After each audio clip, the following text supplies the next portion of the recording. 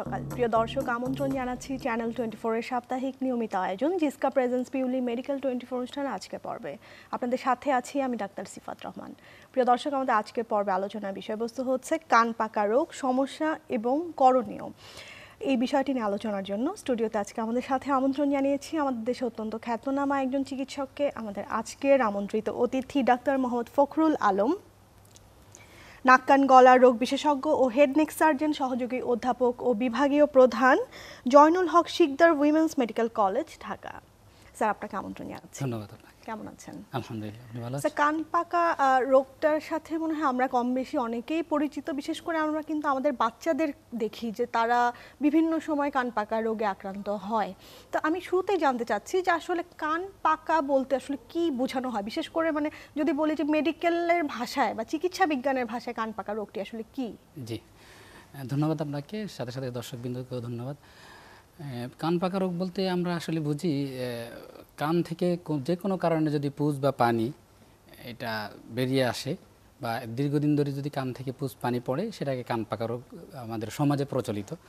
আর মেডিকেলের ভাষায় কান পাকা রোগ বলতে বিস্তর জিনিস আছে। সেখানে হচ্ছে আমাদের কানের তিনটা ভাগ আছে, একটা হচ্ছে বহিকর্ণ, মধ্যকর্ণ এবং অন্তকর্ণ। সাধারণত বহিকর্ণ এবং মধ্যকর্ণের যে প্রদাহ বা ইনফেকশনজনিত যে সমস্ত কারণে কান থেকে পুজ বা পানি আসে, সেটাই আমরা কান পাকা বলি এবং এটা বিভিন্ন কারণে হতে পারে। আচ্ছা স্যার, কারণগুলো সম্পর্কে জানতে চাই যে কি কি কারণে আসলে হচ্ছে। কারণের মধ্যে সবচেয়ে বড় কারণ হচ্ছে যে আমরা বহিকর্ণ এক ধরনের কারণ, আর মধ্যকর্ণ। বহিকর্ণে হচ্ছে সাধারণত কোনো ধরনের ফাঙ্গাস বা ছত্রাক দ্বারা আক্রান্ত হলে কান সেখান থেকে কান পেতে পারে, অথবা ওটাইটিস এক্সটার্না বলি কানের বহিকর্ণে ইনফেকশন বা প্রদাহের কারণে হতে পারে। আর মধ্যকর্ণে যদি কোনো কারণে হচ্ছে ইনফেকশন হয়, ভাইরাস ব্যাকটেরিয়াজনিত ইনফেকশন, সেই ইনফেকশন হলে তখন আমরা একিউট ওটাইটিস মিডিয়া বলি।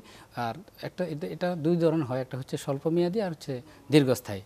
স্বল্পমেয়াদীকে একিউট ওটাইটিস মিডিয়া বলা হয়, এবং দীর্ঘস্থায়ী কান পাকা রোগ যেটা কান থেকে পুজ পানি বা ডিসচার্জ আসে, সেটাকে আমরা ক্রনিক ওটাইটিস মিডিয়া বলি। আচ্ছা, আমরা বাচ্চাদেরকে কিন্তু দেখি যে তারা রিকারেন্টলি ওটাইটিস মিডিয়াতে ভোগার একটা টেন্ডেন্সি বাচ্চাদের মধ্যে থাকে। তো আসলে কেন, মানে বাচ্চারা কেন বেশি আক্রান্ত হয়? বাচ্চাদের ক্ষেত্রে মোস্ট কমন এই ইনফেকশনটা, এটার অনেকগুলো কারণ আছে। একটা হচ্ছে বাচ্চাদের আমাদের যে সেটা জানতে হলে আমাদের আগে জানতে হবে কান পাকা আসলে কিভাবে হয়, তার হচ্ছে প্যাথোফিজিওলজিটা কি। মানে সাধারণত আমাদের কানের সাথে আমাদের হচ্ছে গলার বা ফেরিংসের একটা যোগাযোগ নালী থাকে, সংযোগ নালী, সেটাকে আমি ইস্টিশিয়ান টিউব নালী বলি, বা হচ্ছে কান এবং নাকের যে নালী, সংযোগ নালী, এই নালী ব্লক হয়ে সাধারণত ইনফেকশনটা হয়, বা এই নালীটা ডিসফাংশন হয়ে আমাদের কানে ইনফেকশন হয়। বাচ্চাদের ক্ষেত্রে এই কানের নালীটা সেটা হচ্ছে ছোট এবং মোটা এবং হচ্ছে সমান্তরালভাবে প্রতিস্থাপিত। সেই কারণে হচ্ছে সহজেই গলা থেকে বা নাক থেকে বা সাইনাস থেকে বা টনসিল থেকে, অ্যাডেনয়েড থেকে প্রদাহগুলো কানে চলে আসে, মানে ডিসচার্জগুলো আবার কানে চলে আসে। সাধারণত এই কারণে বাচ্চারা বেশি ভালনারেবল থাকে। আরও কারণ হচ্ছে বাচ্চারা আমাদের মায়েরা যখন বাচ্চাদেরকে খাওয়ান, সাধারণত শুয়ে খাওয়ার অভ্যাসটা থাকে, অবস্থা খাওয়ালে কি হয়, ওই আমাদের কানের নালীটা আরও সরু থাকে, সোজা থাকে এবং সমান্তরাল অবস্থায় থাকে। সমান্তরাল অবস্থায় থাকলে সহজেই হচ্ছে মুখ থেকে ওই খাবারের সাথে জীবাণু, মানে ওই দুধটা বাচ্চার কান পর্যন্ত চলে যায়, দুধ যায়, সাথে ইনফেকশনও কান থেকে গিয়ে ওখানে দীর্ঘস্থায়ী বা ক্ষণস্থায়ী ইনফেকশন তৈরি করতে পারে। সেটা একটা। আর হচ্ছে বাচ্চারা আমরা জানি একটা ইমিউনিটি তাদের একটু কম থাকে, বা রোগ প্রতিরোধ ক্ষমতা তাদের একটু কম থাকে, তারা সহজেই অ্যালার্জি বা ইনফেকশন দ্বারা আক্রান্ত হয়। সেক্ষেত্রেও বাচ্চাদের ভিতর কমন এই। আচ্ছা, বাচ্চারা তো আসলে তাদের সমস্যার কথাটা বাবা মাকে বলতে পারে না, বিশেষ করে একদম ছোট বাচ্চা যারা আছে। তো সাধারণত বাচ্চাটার মধ্যে কি কি ধরনের লক্ষণ প্রকাশিত হবে? একটা ভালো কথা বলছেন আপনি। বাচ্চারা আসলে কোনো সমস্যাটা বলতে পারে না, কিন্তু যেটা সবচেয়ে বাচ্চাদের ক্ষেত্রে বেশি হয় সবার আগে হচ্ছে ব্যথা, কান ব্যথা। বাচ্চারা ব্যথাও প্রকাশ করতে পারে না, সেজন্য কারো বাচ্চারা কান্না করে, প্রচুর কান্না করে। বাচ্চারা দেখা যাচ্ছে যে আমাদের কাছে যখন পেশেন্ট আসে, যে বাচ্চাদের মায়ের বা বাবার এই ধরনের অভিযোগ থাকে যে স্যার আমার বাচ্চাটা হচ্ছে কালকে সারা রাত কান্না করছে, ঘুমাতে পারে নাই, বসেছিল, এবং আমরা সারা রাত সজাগ ছিলাম, সকালে দেখি কান থেকে পানি আসছে। সাধারণত এই সারা রাত তার কানে ইনফেকশন ছিল এবং ইনফেকশনটা চূড়ান্ত পর্যায়ে ছিল, লাস্ট পর্যায়ে কানের পর্দাটা ফেটে পানি চলে আসছে, এবং যখন পানি আসছে তখন বাচ্চার কান ব্যথা কমে যাচ্ছে, ওই যে তখন ডিসচার্জটা রিলিজ হয়ে যাচ্ছে। এটা একটা থাকে। আর সাধারণত বাচ্চার তার আগে যে প্রিভিয়াস হিস্ট্রিটা থাকে সেটা হচ্ছে দীর্ঘদিনের সর্দি একটা থাকে, ধর না 7 দিন 8 দিন 10 দিন নাকে সর্দি, বা উপরে আপার রেসপিরেটরি ট্র্যাক্ট ইনফেকশন যেটা বলি আমরা আরটিআই, সেটা থাকে, সর্দি ঠান্ডা হাঁচি কাশি এটা থাকে। আর সাধারণত এই সমস্ত বাচ্চাদের ক্ষেত্রে হচ্ছে অ্যাডেনয়েড বা টনসিলের ইনফেকশন হিস্ট্রি থাকে।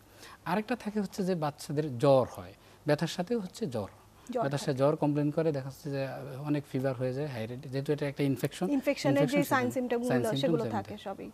আচ্ছা, বাচ্চাদের ক্ষেত্রে সাধারণত এই লক্ষণগুলো প্রকাশিত হয়। তো বড়রা যখন কান পাকায় আক্রান্ত হয়, বড়রা সাধারণত আপনাদের কাছে কি ধরনের কমপ্লেইন নিয়ে আসে? বড়দের ক্ষেত্রেও এই একই কমপ্লেইন থাকে, যে তাদের দীর্ঘদিনের একটা সর্দির হিস্ট্রি থাকে, যে আমরা চাই আমাদের একটু ঠান্ডা।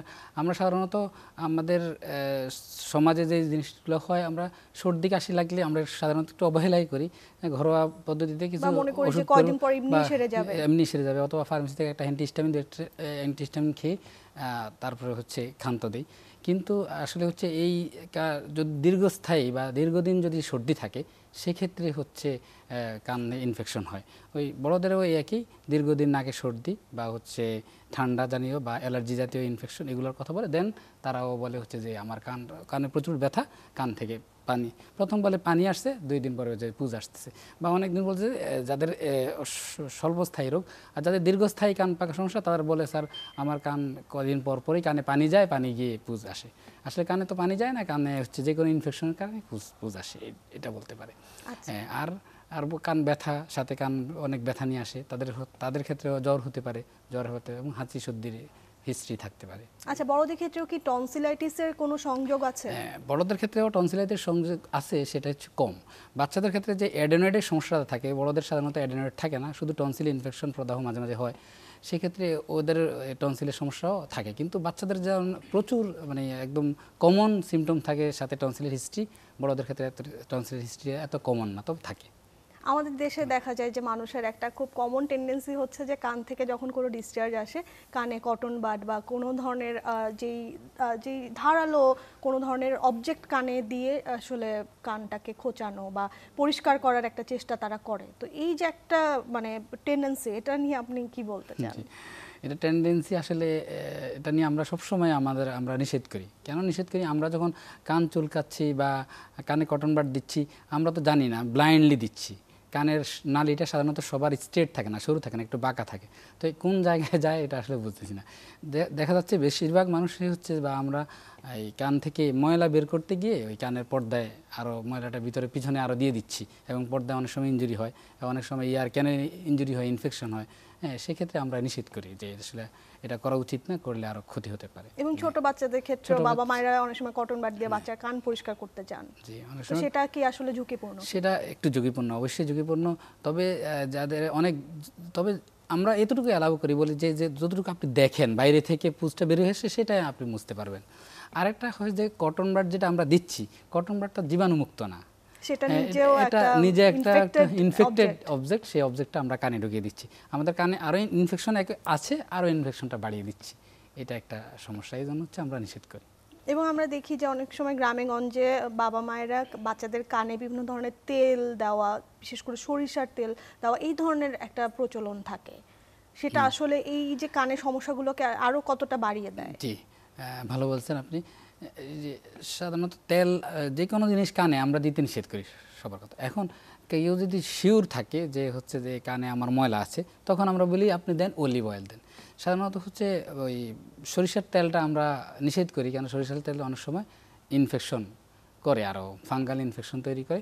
আর কানে যখন পুজ পাকা থাকে, বা পানি থাকে বা রক্ত বের হয়, বা কানে পর্দা ইনফেকশন থাকে বা পর্দা ছিদ্র থাকে, এই সমস্ত পেশেন্টকে আমরা কখনোই বলি না যে অলিভ অয়েল বা কোনো ধরনের তেল আপনারা দিতে পারবেন না, বা কানে কোনো জিনিসই আপনি দিবেন না। কেন হচ্ছে আমরা দেখা যাচ্ছে এটার সাথে আমরা শুধু তেল না, আমরা কী করি, বাচ্চা ফার্মেসি থেকে একটা ড্রপ এনে, কানে কোনো সমস্যা হলে একটা ফার্মেসি থেকে ড্রপ এনে দিই, কিন্তু ওই ড্রপটা হয়তো আমাদের কানে কী ধরনের ইনফেকশন, ফাঙ্গাল না ব্যাকটেরিয়াল না ভাইরাল বা ছত্রাকজনিত কারণ, কোন ধরনের ইনফেকশনে আমার কান আক্রান্ত হচ্ছে সেটা আমরা জানি না।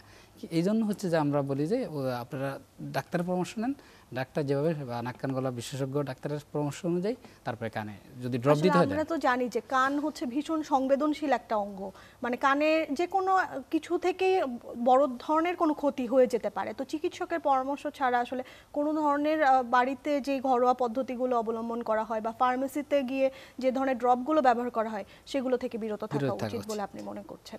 আচ্ছা, তো আপনাদের কাছে যখন রোগীরা আসছে এই যে কান পাকার সমস্যা নিয়ে, নিশ্চয়ই আপনারা কিছু পরীক্ষা নিরীক্ষার মাধ্যমে নিশ্চিত হন যে তার কানে কি ইনফেকশন আছে কিনা, তো সেই পরীক্ষাগুলো আসলে কি? জি জি, সবার আগে আমরা যখন আমাদের কাছে আসে তখন আমরা কানটাকে পরীক্ষা করার আগে আমরা সাধারণত ক্লিনিক্যাল এক্সামিনেশন করি, হচ্ছে দেখি যে কানে কোন ধরনের ইনফেকশন, কোন ধরনের ইনফেকশন সেটা আমরা কানের অটোস্কোপ বা অন্য যন্ত্র দিয়ে বা লাইট দিয়ে আমরা দেখি ভিতরে কানের পর্দায় ইনফেকশন নাকি পর্দার বাইরে ইনফেকশন, এটা কি ভাইরাল ইনফেকশন না ব্যাকটেরিয়াল বা ফাঙ্গাল ইনফেকশন, আমরা এই জিনিসটা দেখার চেষ্টা করি। দেখে অনেক সময় আমরা কানটা পরিষ্কার করি, সাকশন দিয়ে কানটা ক্লিন করার পরে পর্দায় ছিদ্র আছে কি না নাই সেটা দেখি। দেখার পরে আমরা প্রসিড করি। আমাদের সাধারণত বড়দের ক্ষেত্রে, বয়স্কদের ক্ষেত্রে তেমন কোনো ধরনের ইনভেস্টিগেশন লাগে না। বাচ্চাদের ক্ষেত্রে আমরা সাসপেক্ট করি তার অ্যাডেনয়েড বা থাকতে পারে বা সাইনোসাইটিস থাকতে পারে, এই জন্য আমরা ছোট এক্সরে পিএনএস বা এক্সরে নাসোফেরিংস নামে 2টা এক্সরে করে আমরা দেখতে চাই যে তার মানে কারণটা কি, তার যে কানের পর্দায় ইনফেকশন হচ্ছে সেই কারণটা কি। আর বড়দের ক্ষেত্রে আমরা সাধারণত যে দীর্ঘদিন যদি কানের এই ধরনের ইনফেকশন হয়, বারবার ইনফেকশন হয়, তখন আমরা ধারণা করি যে আমাদের কানের পর্দায় ছিদ্র আছে। তখন আমরা কানের পর্দাটা দেখি, যদি ছিদ্র থাকে তখন সেক্ষেত্রে পেশেন্ট আরও সমস্যা নিয়ে আসে, সেটা বলেছে আমি কানে তো কম শুনতে পাচ্ছি, সেক্ষেত্রে আমরা বলি যে হিয়ারিং টেস্ট একটা আছে, pure tone audiometry, PTA, impedance, SRT, এই ধরনের একটা পরীক্ষা দিয়ে আমরা নির্ণয় করি তার শ্রবণের মাত্রাটা কতটুকু কমেছে, মানে যদি ডিফনেস থাকে সেটা আসলে কতটুকু পর্যায়ে আছে সেটা আপনারা নির্ণয় করেন। আচ্ছা, বাচ্চাদের ক্ষেত্রে আপনি অ্যাডিনয়েডের কথা বলছিলেন যে যদি অ্যাডিনয়েড লার্জ থাকে সেক্ষেত্রে তো বাচ্চাটার কানের ইনফেকশনটা রিকারেন্টলি হবার একটা চান্স ডেফিনেটলি থাকে, তো তখন আসলে আপনাদের ম্যানেজমেন্টটা কেমন হয়? জি, তখন আমাদের ম্যানেজমেন্ট প্রাইমারি ফোকাস থাকে যে মানে কজকে রিমুভ করা। বাচ্চাদের ক্ষেত্রে আমরা সাধারণত যে কোনো বাচ্চা হোক বড় হোক, যে কোনো পেশেন্ট আসলেই সবার আগে আমরা কানটা ক্লিন করার পরে আমরা কানে এক ধরনের অ্যান্টিবায়োটিক ইয়ার ড্রপ আছে সেটা দেই, আবার সিস্টেমিক অনেক সময় অ্যান্টিবায়োটিক জাতীয় ওষুধ অথবা অ্যান্টিহিস্টামিন জাতীয় ওষুধ এবং প্যারাসিটামল বা পেইন কিলার জাতীয় ওষুধ আমরা দিই।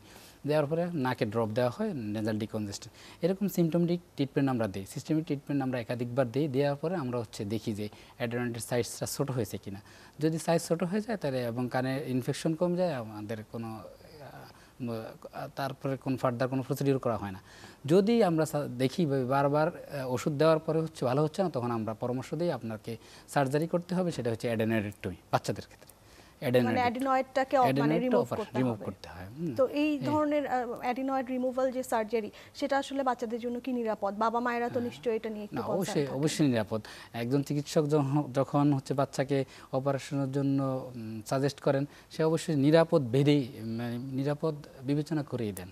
এটাই আমরা আগে এক্ষেত্রে আর কি কোনো ঝুঁকির কোনো কারণ নেই, বাবা মায়েদের যে একটু কনসার্ন থাকে যে বাচ্চাটার একটা সার্জিক্যাল প্রসিডিউর হবে, এটা এশিওর করে অপারেশন করা হয়। আচ্ছা, সেভাবে আপনারা কাউন্সেলিং করেন এবং সেভাবে প্রিপারেশনটা ওইভাবে থাকে আমাদের, যে বাচ্চারা আগে প্রি অপারেটিভ ইভ্যালুয়েশন, তার ইনভেস্টিগেশন, তার কোনো কোমরবিডিটি আছে কিনা সেগুলো দেখে, তারপরে ব্লিডিং ডিসঅর্ডার কোনো কিছু আছে কিনা এবং অ্যানেস্থেসিক কমপ্লিকেশন সেটা এশিওর করে তখন আমরা প্রিপারেশন নিই অপারেশনের জন্য।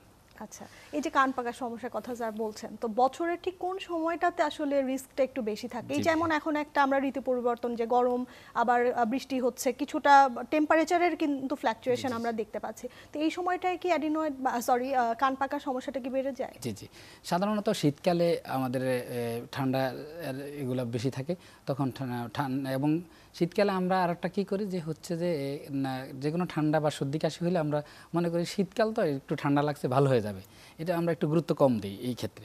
সেক্ষেত্রে বাচ্চাদের ক্ষেত্রে হয় এই গুরুত্ব কম দেওয়া হয়, শীতকালে এই ধরনের প্রবণতা বেশি থাকে। আরেকটা যেটা আপনি বলছেন যে ঠান্ডা গরম বা ঋতু পরিবর্তনের সময়টা, এই সময়গুলোতে একটু বেশি হয়। তাছাড়া এই যে গরমকালে যখন ধুলাবালু বেশি থাকে রাস্তায়, তাদের অ্যালার্জির সমস্যা, তাদের ক্ষেত্রে তখনও হয়। এবং মানে তার মানে যাদের অ্যালার্জি সমস্যা আছে তাদের ক্ষেত্রে কিছুটা বাড়তি সতর্কতা, বাড়তি অনেকের সতর্কতা। কোল্ড অ্যালার্জি থাকে, অনেকের দেখা যায় যে ধুলাবালুতে অ্যালার্জি থাকে, তাদের জন্য কিছু সতর্কতা অবলম্বন বাড়তি করতে সতর্কতা আপনারা বলেন। অবশ্যই পালন করতে হবে। এবং যাদের আমরা বলি যাদের হচ্ছে এই ধুলাবালুতে অ্যালার্জি আছে তাদেরকে বলি যে আমরা মাস্ক পরিধান করুন। অবশ্যই মাস্ক, বাসার রাস্তায় যখন বের হবেন তখন মাস্ক পরিধান করবেন। আর কোল্ড অ্যালার্জি যাদের আছে আমরা বলি ঠান্ডা থেকে একটু দূরে থাকবেন, যতটুকু সম্ভব যতটুকু প্রোটেক্টেড সম্ভব। থাকা। আচ্ছা স্যার, ইনভেস্টিগেশনের কথা আপনি বলছিলেন, এখন আমি একটু ম্যানেজমেন্ট নিয়ে জানতে চাই যে আপনারা তো সাধারণত কনজারভেটিভ ট্রিটমেন্টই দেন, আপনি অলরেডি আপনার আলোচনায় বিষয়টা উঠে এসেছে, তো কোনো ক্ষেত্রে কি কোনো সার্জিক্যাল ইন্টারভেনশনের প্রয়োজন হয়? জি জি জি, আপনি ভালো বলছেন। আমরা আগে আপনারা বলছিলাম যে দুই ধরনের এখানে ইনফেকশন হয়, একটা হচ্ছে অ্যাকিউট আর একটা হচ্ছে ক্রনিক। অ্যাকিউট মানে হচ্ছে স্বল্পস্থায়ী আর ক্রনিক মানে হচ্ছে দীর্ঘস্থায়ী। স্বল্পস্থায়ী চিকিৎসা হচ্ছে সাধারণত আমরা ওষুধের মাধ্যমেই আমাদের অ্যান্টিবায়োটিক, অ্যানালজেসিক এবং নেজাল ড্রপ, নাকের ড্রপ এগুলো দেওয়ার মাধ্যমেই ভালো হয়ে যায় স্বল্প মেয়াদি যেটা। আর দীর্ঘস্থায়ী যদি আমরা দেখি 2-3 মাসের পর বা লম্বা সময় ধরে হচ্ছে যে তার কানে ইনফেকশন হচ্ছে বা বারবার হচ্ছে, তখন সেক্ষেত্রে হচ্ছে যে আমরা প্রথম কনজারভেটিভ ম্যানেজমেন্ট দিই। কনজারভেটিভ ম্যানেজমেন্ট দেওয়ার পরে হচ্ছে যে আমরা দেখি কান শুকান না কিনা। যদি কান শুকিয়ে যায়, এবং অনেক সময় যে 6 মাস আমরা ওয়েট করি, 6 মাস পর্যবেক্ষণ করলে দেখি যদি কান শুকিয়ে যায় এবং কানের পর্দা জোড়া লেগে যাচ্ছে, তখন সেক্ষেত্রে আর কোনো অপারেশন লাগে না। আর 6 মাস পরেও যাদের কানের শুকায় না এবং কানের পর্দা জোড়া লাগে না, তাদের ক্ষেত্রে হচ্ছে এখানে অপারেশন আছে। অপারেশনের ক্ষেত্রেও তো 2টা পদ্ধতি আছে, একটা 2 ধরনের রোগ আছে এখানে। একটা হচ্ছে কানে মিউকোজাল ডিজিজ আমরা বলি। মিউকোজাল ডিজিজ যেটা, সেটা হচ্ছে যে কানে ইনফেকশন হচ্ছে, বারবার হচ্ছে এবং পর্দা ছিদ্র আছে বা ফুটো আছে। এই ফুটোটা মানে ইনফেকশনটা একটু ভালো হয়, কয়দিন পরে আবার হয়, ভালো হয়, কয়দিন পরে আবার হয়, এবং ওই ছিদ্রটা মানে হিল হয় না, রিপেয়ার হয় না। তখন আমরা মিউকোজাল ডিজিজ, মানে এটা ক্ষতিকর রোগ না, কিন্তু এটাতে হচ্ছে আপনার হিয়ারিং ড্যামেজ হয়, হিয়ারিং ড্যামেজ হয় এখন, এবং হচ্ছে কমপ্লিকেশন হতে পারে। সেক্ষেত্রে আমরা যদি বলি যে কানের পর্দায় জোড়া লাগলে হয়ে যাবে, কানের পর্দা অপারেশন শুধু, টিম্প্যানোপ্লাস্টি নাম, সেটা একটা। আরেকটা হচ্ছে যে যেটা হচ্ছে যে কানের আরও ক্ষতিকর ডিজিজ, যেটা হচ্ছে কন্টিনিউয়াস ইনফেকশন হয়, কান থেকে পানি আসতেছে, কোনো কানে কোনোভাবে কান শুকাচ্ছে না, অথবা যে অল্প অল্প পুজ পানি আসতেছে, অথবা মাঝে মাঝে রক্ত আসতেছে, অথবা দেখা যাচ্ছে যে কানে হচ্ছে যে পানিটা আসতেছে সেটা হচ্ছে খুব দুর্গন্ধ, হ্যাঁ, এবং সাথে সাথে তার হেডেক আছে বা মাথা ব্যথা আছে, মাথা ঘোরানো আছে, অনেক সময় বমি ভাব আসে, হ্যাঁ, এই ধরনের, অনেক সময় মুখ বাঁকা হয়ে যেতে পারে এক ধরনের। এই ধরনের যখন মানে যে জটিল ডিজিজ, সেটা হচ্ছে আমরা স্কোমাজাল ডিজিজ বলি, বা কোলেস্টোটোমা নামক এক ধরনের রোগ হলেও এটা হতে পারে। সেক্ষেত্রেও আমরা অপারেশনের সিদ্ধান্ত নিই, তখন সেটাকে আমরা মডিফাইড রেডিক্যাল মাস্টারেক্টমি বা সাথে হচ্ছে টিম্প্যানোপ্লাস্টি। টিম্প্যানোপ্লাস্টি হচ্ছে যে কানে শুধু পর্দা লাগানো, আর মাস্টারেক্টমি বলি, মাস্টার্ড সার্জারি যেটা, সেটা হচ্ছে মাস্টার্ড বোনস যেটা আছে সেটার ভিতরে পচা হাড্ডি বা পচা ইনফেকশন সেগুলো রিমুভ করার জন্য এটাই। এই 2 ক্ষেত্রে হচ্ছে সাধারণত সার্জারি লাগে। আচ্ছা স্যার, আমি সার্জারিগুলোর বিষয়ে আপনার কাছে আরও বিস্তারিত জানবো একটি ছোট্ট বিরতি পরে। আজকের পর্বে আমরা কান পাকা রোগটি নিয়ে কথা বলছি, কি কি ধরনের সমস্যা হয় এবং আমাদের করণীয় বিষয়গুলো সম্পর্কে বিস্তারিত কথা হচ্ছে। আমাদের সাথে আজকে স্টুডিওতে উপস্থিত আছেন ডাক্তার মোহাম্মদ ফখরুল আলম, নাক কান গলা রোগ বিশেষজ্ঞ ও হেড নেক সার্জন, সহযোগী অধ্যাপক ও বিভাগীয় প্রধান, নাক কান গলা এবং হেড নেক সার্জারি বিভাগ, Zainul Haque Sikdar women's medical college, Dhaka. Sir, বিরতি শেষে আবার আমন্ত্রণ জানাচ্ছি। আপনি সার্জারিগুলো সম্পর্কে বলছিলেন, তো একজন মানুষ তিনি জানছেন যে তার কানে একটা সমস্যা আছে, তার আসলে সার্জারিতে যাওয়া প্রয়োজন, কিন্তু কোনো কারণে তিনি বিলম্ব করছেন, সেটা আসলে কি ধরনের জটিলতা সৃষ্টি করতে পারে? জি, জটিলের মধ্যে সবার কথা হচ্ছে বারবার ইনফেকশনের কারণে হচ্ছে কানের শ্রবণ ক্ষমতা হ্রাস পায়। এটাই আমরা সাধারণত দেখি, কানের শ্রবণ ক্ষমতা দীর্ঘদিন হ্রাস পাচ্ছে। সাধারণত প্রথম পর্দা ইনফেকশন থাকে, পর্দা থেকে সাধারণত আমরা হাড়, কানের ভিতরে যে 3টা হাড় আছে, মেলিয়াস, ইনকাস, স্টেপিস, এই হাড়গুলোতে ইনফেকশন হতে পারে। সেক্ষেত্রে কানের মানে শ্রবণ ক্ষমতা আস্তে আস্তে কমতে থাকে। এটা এক ধরনের জটিলতা। আর জটিলতাগুলো হচ্ছে যে আমাদের কান পাকা একটা ইনফেকশন, এই ইনফেকশনগুলো সহজেই, কান যেহেতু আমাদের ব্রেইনের খুব কাছাকাছি একটা অর্গান, এই সহজেই হচ্ছে ব্রেইনে ছড়াতে পারে। ব্রেনে ছড়ানোর কারণে হচ্ছে আমরা মেনিনজাইটিস নামের এক ধরনের রোগ হয়, যেখানে হচ্ছে একদম পেশেন্ট অজ্ঞান হয়ে যেতে পারে, অজ্ঞান হয়ে আইসিইউতে পর্যন্ত যেতে পারে, লাইফ থ্রেটেনিং কন্ডিশন হতে পারে। এটা একটা, এবং হয় আমরা পাই আগে। আর হচ্ছে এটা ছাড়াও হচ্ছে কান শ্রবণ ক্ষমতা হ্রাস পাওয়ার সাথে সাথে হচ্ছে কানের ভারসাম্য বিলম্বিত হতে পারে। মানে আমরা জানি orientation আমরা যেটা হ্যাঁ, বলি যে- আমরা জানি কানের দুইটা কাজ, একটা হচ্ছে হিয়ারিং আর হচ্ছে ব্যালেন্স। আমাদের বডিতে ব্যালেন্স, যে আমরা হাঁটাহাঁটি করি, বসি উঠি বসি, ব্যালেন্স মেনটেন করে কান, ওই ব্যালেন্সেও সমস্যা হতে পারে। হ্যাঁ, এটা হচ্ছে ভার্টাইগো হতে পারে পেশেন্টের, অনেক সময় ভমিটিং, ভার্টাইগো, আর দীর্ঘদিন মাথা ব্যথা এই ধরনের হতে পারে, কানের পিছনে ব্যথা। আরেকটি আমি বলছিলাম যে কানের কারণে হচ্ছে যে ফেসিয়াল নার্ভ ইনভলভ হয়ে কান মুখ একদিকে বেঁকে যেতে পারে, প্যারালাইসিস, মুখ বাঁকা যে কোনো একদিকে, ফেসিয়াল প্যারালাইসিস যেটা বলি, মুখ একদিকে বেঁকে যেতে পারে। সেক্ষেত্রে হচ্ছে আমার খাবারে অসুবিধা হতে পারে এবং হচ্ছে কথা বলতে মানে এগুলো দীর্ঘমেয়াদী একটা কমপ্লিকেশন হতে পারে যদি চিকিৎসাটা যথাসময়ে না হয়। আচ্ছা, যথাসময়ে না হয়। আর কানের বাইরেও অনেক সময় কানে অনেক সময় পুজ পানি জমে কানের পিছনে ফোড়া হতে পারে এবং কানের বাইরের অংশ পচে যেতে পারে, মানে ডিফর্মিটি একটা হতে পারে পার্মানেন্টলি। আচ্ছা স্যার, এই যে আপনি যে সার্জারিগুলোর কথা বললেন, বাংলাদেশে আপনারা নিশ্চয়ই সফলভাবে এই সার্জারিগুলো করছেন, তো আমি একটু জানতে চাই যে এখন তো আধুনিক একটা সময় 2025 সালে আমরা দাঁড়িয়ে আছি, তো এই সময়টাতে কি এই সার্জারিগুলোতে কোনো ধরনের আধুনিক আরও কোনো পরিবর্তন কি এসেছে? না, অবশ্যই। সাধারণত হচ্ছে যে কানের সার্জারিটা হচ্ছে একটা ছোট অর্গান, খুব ছোট। এটা হচ্ছে আমরা অনেক বড় করে অনুবীক্ষণ যন্ত্রের মাধ্যমে আমরা বড় করে দেখি। এর জন্য হচ্ছে বিশেষ যন্ত্র প্রয়োজন, সেটাকে বলে মাইক্রোস্কোপ। তাই এই ইয়ার সার্জারির আধুনিকায়ন এবং আধুনিক নামে হচ্ছে মাইক্রো ইয়ার সার্জারি, মানে মাইক্রোস্কোপের মাধ্যমে বড় করে দেখে। এটা আধুনিক যুগের একটা বড় একটা সফলতা বিজ্ঞানীদের, যে মাইক্রোস্কোপ দিয়ে বড় করে দেখে অপারেশন করা। তো মাইক্রোস্কোপ দিয়ে করা হয়, এই জন্য সেটা খুব আধুনিক পদ্ধতি ইউজ করা হয় এখানে। পাশাপাশি মাস্টারের যে আবার মাস্টারেক্টমি করার জন্য আমরা ড্রিলিং সিস্টেম আছে, সেটাও অত্যাধুনিক। এবং হচ্ছে আমরা কানকে অনেক গুণ বড় করে মনিটরে দেখে দেখে অপারেশন করি, এখন লম্বা সময় নিয়ে খুব যত্ন সহকারে। এটা অনেক আধুনিকায়ন। এবং এই অপারেশন এখন বাংলাদেশে অ্যাভেলেবল, মানে সব জায়গায় মোটামুটি হচ্ছে এবং গ্রামের প্রত্যন্ত অঞ্চলে হয়ে যাচ্ছে এবং সরকারি হাসপাতালগুলোতেও হচ্ছে সব জায়গায়। ঢাকা মেডিকেল থেকে শুরু করে সলিমুল্লাহ মেডিকেল কলেজ, দেন হচ্ছে সোহরাওয়ার্দী মেডিকেল কলেজ, দেন হচ্ছে আপনার জাতীয় নাক কান গলা ইনস্টিটিউট, তারপরে সিএমএস, সব জায়গায় সরকারি হাসপাতালগুলোতে অ্যাভেলেবল হচ্ছে, প্রাইভেট হাসপাতালগুলোতে হচ্ছে। আর নাক কান গলার যে বিশেষায়িত হাসপাতালগুলো সেখানে হচ্ছে, মানে সাধারণ রোগীরা তার মানে অ্যাভেল করতে পারছেন এই চিকিৎসাগুলো। আচ্ছা স্যার, সার্জারি রিলেটেড আরও কিছু জানতে চাই, যে আসলে মানে সাধারণ মানুষের জন্য সচেতনতার জন্য আপনি কি বলতে চান, যে সার্জারিগুলো আসলে কি যথাসময়ে করার গুরুত্বটা বিষয় যদি একটু বলতেন। সাধারণ মানুষের ব্যাপারে সচেতন হতে অবশ্যই। সার্জারি যদি প্রয়োজন হয়, আমরা সবার আগে বলবো আপনার অবহেলা না করা।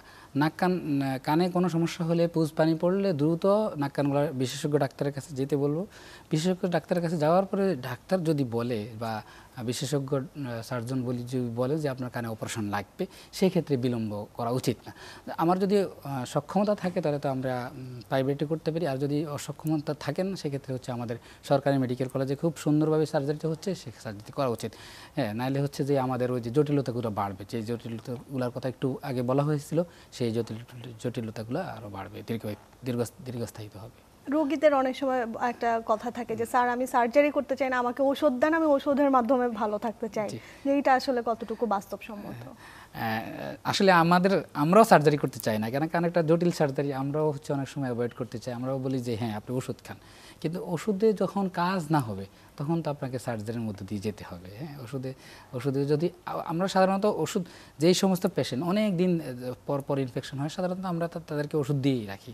যে হচ্ছে যে তারা বলে যে আমরা অপারেশন করবো না, রাজি হয় না, তাদের বলি হ্যাঁ আপনি ওষুধ খেয়ে যান। কিন্তু সমস্যা হয় কি, পেশেন্ট হচ্ছে বারবার ইনফেকশন হয়, বারবার আসতে হয় আমাদের কাছে। এটাও একটা হ্যাজার্ড, যে বারবার কানে ইনফেকশন হওয়া। আর হচ্ছে এটা একটা সোশ্যাল নয়েজেন্স। যেমন আমার বাসায় বাড়িতে আমার ফ্যামিলি মেম্বার একজনের কান থেকে গন্ধ আসতেছে, কানে ফুস আসতেছে, বা হচ্ছে আমার পার্টনারের কান থেকে ফুস আসতেছে, এটা একটা সোশ্যাল নয়েজেন্স। এই জন্য আমরা যে বলি যে হচ্ছে যে সবার কমফোর্টের জন্য হলেও আপনার সার্জারি করা উচিত। আচ্ছা, সার্জারির পরে আবার রিকারেন্স হবে কিনা, এটা একটা তো নিশ্চয়ই ভয় থাকে রোগীদেরও এবং আপনাদেরও একটা কনসার্ন থাকে। আগে একটা সময় ছিল যে এই সার্জারি ফেলিওর রেট অনেক বেশি ছিল, যে এখন চিকিৎসা পদ্ধতি আধুনিকায়নের ফলে 90 থেকে 95% হচ্ছে ইজিলি হচ্ছে হিল হয়ে যায় এবং রিকারেন্স হয় না।